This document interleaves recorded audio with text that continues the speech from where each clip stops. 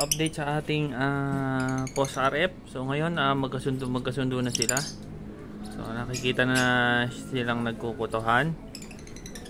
Yan. So yung nest box natin ay naka-ready na rin. So after 1 week, nilagyan ko na sila ng nest box.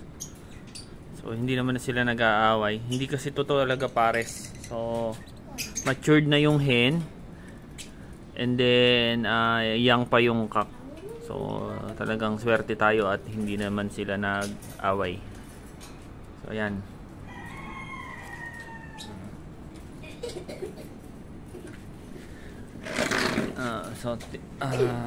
Yung post done na, yung mga visual done natin, nilipat na natin dito. Ayan. So inakyat ko na dito yung nest box na yan, hindi sila na-istorbo diyan. So siniliado ko talaga yan. So hindi rin sila nag-away. Force pairing ang nangyari dito. Bata din yung cock. Tapos matured na yung hen. Or mas matanda pala yung hen. So nasa nest box sila ngayon. Yan, ayan yung ating par blue. Split opa na done. Tingnan mo naman kung gaano kaganda yan. Napakaganda talaga ng mga done. Ayan o. Tinitingnan nyo siguro kung sino sumisilip sa kanilang cage. So nasa loob na rin yung hen. So swerte din tayo sa parisan na to. Napakaganda talaga ng technique natin na sili sa pagpapares. Pero syempre hindi sobrang dami ng sili. Tamang bigay lang ng portion ng sili. Tapos babasain. Hindi na yun. Kakasundo naman sila. Tsaka tamang bigay lang din ng mga malunggay. Lalo na yung bunga ng malunggay na napakasustansya. Ayan. Yun lang mga kaibon ng update sa ngayon. So ito yung par blue pastel split ino. Oipos ino. Dahil hindi naman. And then yung lutino hen natin na nagbigay sa atin ng yellow bull opaline. And then yung yellow bull na semi. Hindi kasi sobrang pula ng buntot niya eh. And then nagbigay din siya ng pastel, green pastel. Ito naman malapit na ibaba yung ating back to back opa pastel na bio opa pastel at green opa pastel na nagbigay na naman ng par blue opa pastel at green opa pastel. So ito yung ating back to back na opa pale. So hindi sila nakapisa nung nakaraan. So nabugok lahat yung itlog. Ito naman yung ating par blue opa at green opa split ino. So ito yung ipapares ko dun sa lutino after ng clutch na to. And then ito yung ating par blue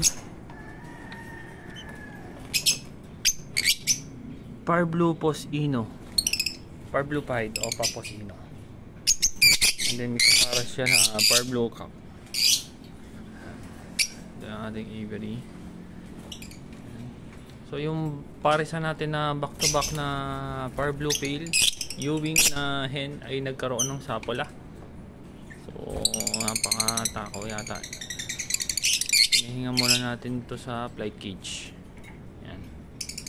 Yung par blue pale split opa tsaka par blue opa natin hindi pa nakakapisa. Sinilip ko kanina. Itong ating par blue pale split opa tsaka dilute par blue dilute. Meron silang isang pisa. Medyo mahina tong breeder natin na to. So ito yung nursery natin. Nandito na yung mga na-harvest natin. So nandyan din yung split par blue split opa ay par blue opa split done. At nandyan na rin yung mga yellow bull natin. Ayan, napakagandang opaline. Dito naman yung mga graduate na sa nursery. So ayan, palakihin na sila dito kasi isa-isa naman sila nung daga.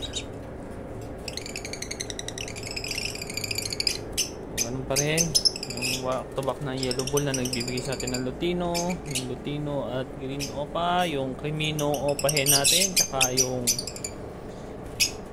green opa split ino, and then yung albino at cremino na parisa natin. So ito yung producer ng cremino sa ating ibunan. So yun lang mga kaibon, maraming salamat.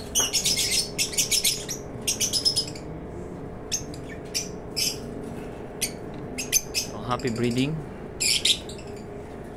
Happy breeding sa ating lahat. Naway ngayong taon ay swertihin tayo sa pag-iibon at tumaas na sana ang presyo ng mga pail. Yun lang.